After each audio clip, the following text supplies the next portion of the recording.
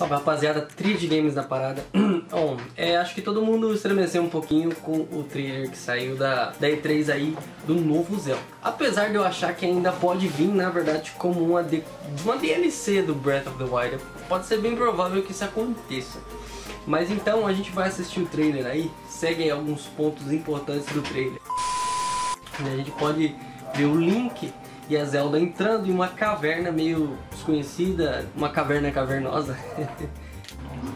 Mostra algumas imagens na parede. Nessa imagem da parede dá pra gente ver que é um homem em cima de um cavalo. Porém, esse homem, ele não veste um gorro, veste uma lança. Usa uma lança, também está em cima de um cavalo aparentemente negro. Isso pode indicar que esse senhor aí pode ser o Ganondorf. E quem monta um cavalo negro geralmente é o Ganondorf. Tem muita gente especulando, falando que pode ser o Girahim, que pode ser o Hyuga, por conta do cabelo naquele corpo, né, que é vermelho, e também por conta da mão.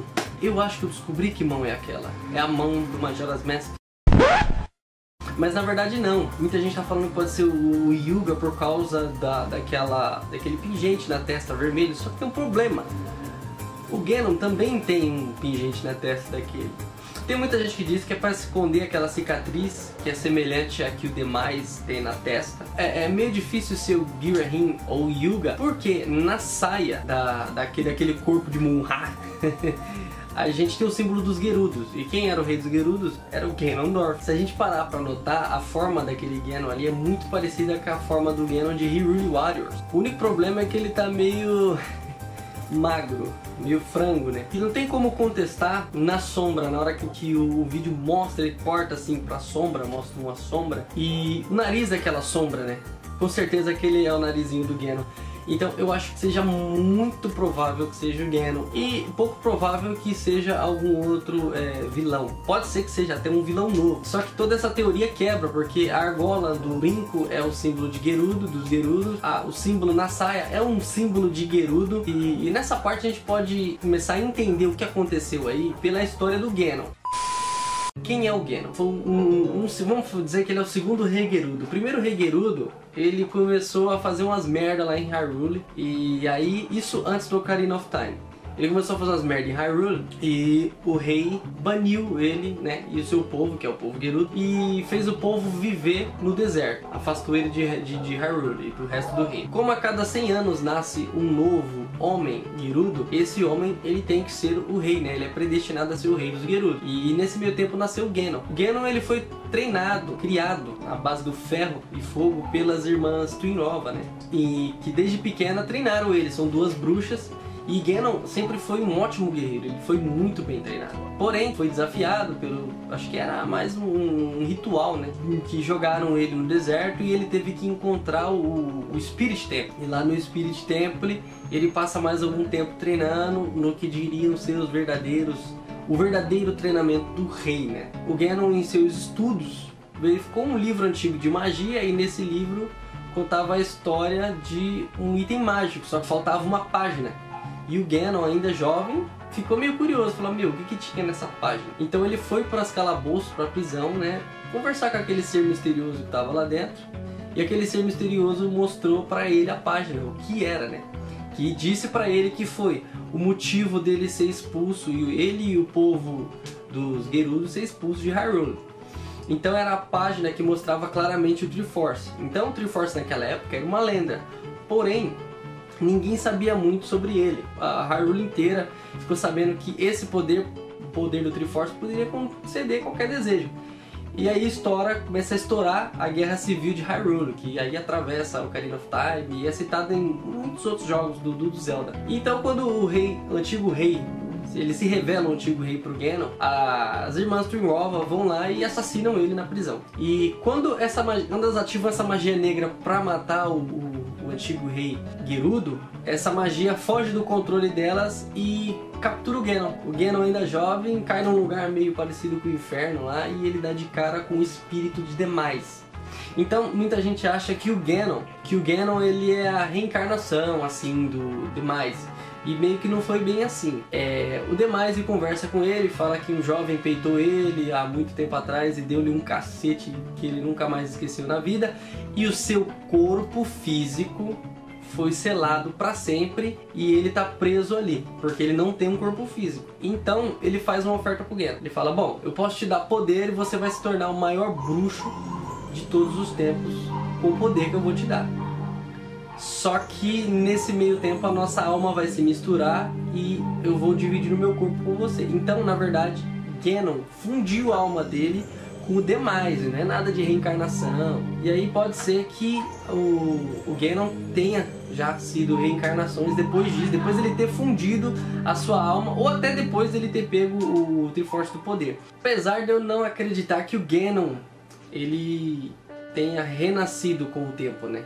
O Ganon, na verdade, pra mim, ele tem o mesmo corpo e sempre acha um jeito de voltar. Então, o Ganon, quando ele aceitou dividir a alma com demais, ele voltou muito mais forte. Ele já era um guerreiro poderoso, ele voltou muito mais forte com poderes mágicos. Quando o Ganon recebeu esse poder, ele começou a usar o povo Gerudo. Tanto é que no Ocarina of Time todo mundo trata os Gerudos como bandidos. E é mais ou menos isso. Quando o Ganon conseguiu o poder, a forma dele retornar para Hyrule, né, de certa forma, era pegar o pessoal de Hyrule e roubar. Então, como o deserto não tem como você plantar, como você fazer nada, então eles acabaram roubando. E aí eles ficaram como essa estigma aí da tribo de ladrões, né? O Ganon tenta fazer alguns acordos com o rei, e um desses acordos aí, que é o golpe de estado do Ganon, que começa o Ocarina of Time. Então, voltando, já avançando mais um pouquinho no tempo, a gente tem o Twilight Prince. E a gente prestando atenção no final do Twilight Prince, que eu acredito que seja o game anterior ao Breath of the Wild.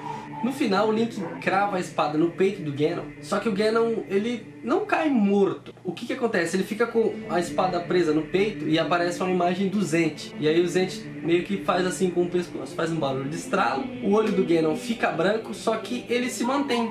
Ele fica lá em pé e o jogo corta pro Link se despedindo da Midna. Isso é um pouco estranho, porque não conta mais o que aconteceu. Então ali a gente tem um Ganon com uma ferida no peito, né?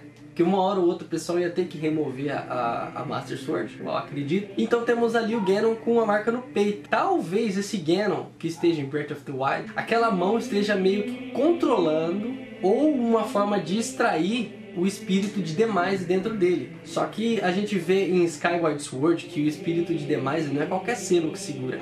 Inclusive ele sai várias vezes e a gente tem que impedir juntamente com o Gruz, aquele cara lá meio chatão. Ele precisa do espírito da Zelda, né? Ele se alimenta do espírito da Zelda para tentar sair lá em Skyward Sword e demais. Então a gente sabe, já tem o entendimento de que esse espírito ele é muito forte. Então talvez aquela mão não esteja dando conta de prender, de extrair ou de separar, seja lá o que ela faça, o espírito de demais do corpo de Ganon. E por isso que a gente tem o Calamity Ganon, que pode ser a essência de demais, né, vazando do corpo do Ganon. Isso é um ponto muito importante, porque o único Ganon que tem uma ferida no peito, claramente, é o Ganon de Twilight Princess. Por isso que eu acho que seja uma continuação direta, questão de milênios, sabia? Na verdade, né? Então é bem óbvio que aquele Ganondorf ali, ele possivelmente seja o Ganondorf do final de Twilight Princess. E também pode ser bem provável, uma teoria que é bem provável, é que no trailer, se a gente olhar um pouco melhor, acontece alguma coisa acontece ali, a Nintendo não deixa de explicar direito, não deixa, né, um trailer bem prequel, né? Parece que alguma coisa acontece, aquela mão acorda, aquela Moonhali acorda, olha para os dois, alguma coisa do tipo, e tem uma breve parte ali no trailer que aquela mão acaba segurando a mão do Link. Então eu sei que muita gente acha legal um Zelda sendo protagonizado pela própria Zelda, não pelo Link. Pode ser que isso seja, né, um prequel para isso também, a segunda parte do Breath of the Wild, a gente acabar jogando com a Zelda, né? Pode ser que o Link seja aprisionado pelaquela mão ali, em alguma forma, de algum jeito. De alguma forma a gente pode acabar jogando com a Zelda. E aí ia ser legal, porque ia ser o contrário, é sempre o Link salvando o traseiro da Zelda. E dessa vez ia ser a Zelda salvando o traseiro do Link, né? Ia ser bem legal. E é isso aí, galera. Vocês têm mais algumas coisas aí que a gente pode adicionar, mais algumas teorias? Entra lá no nosso grupo do Facebook, comenta, vai ser super bem aceito, pra gente poder introduzir e fazer uma atualização desse vídeo. Quem curtiu, segue no Instagram lá, se inscreve no canal, curte, compartilha, lança nos grupos de Nintendista, que eu quero estar presente lá. E é isso aí, galera. Tchau, tchau. Obrigado. Espero que tenham gostado. Fui.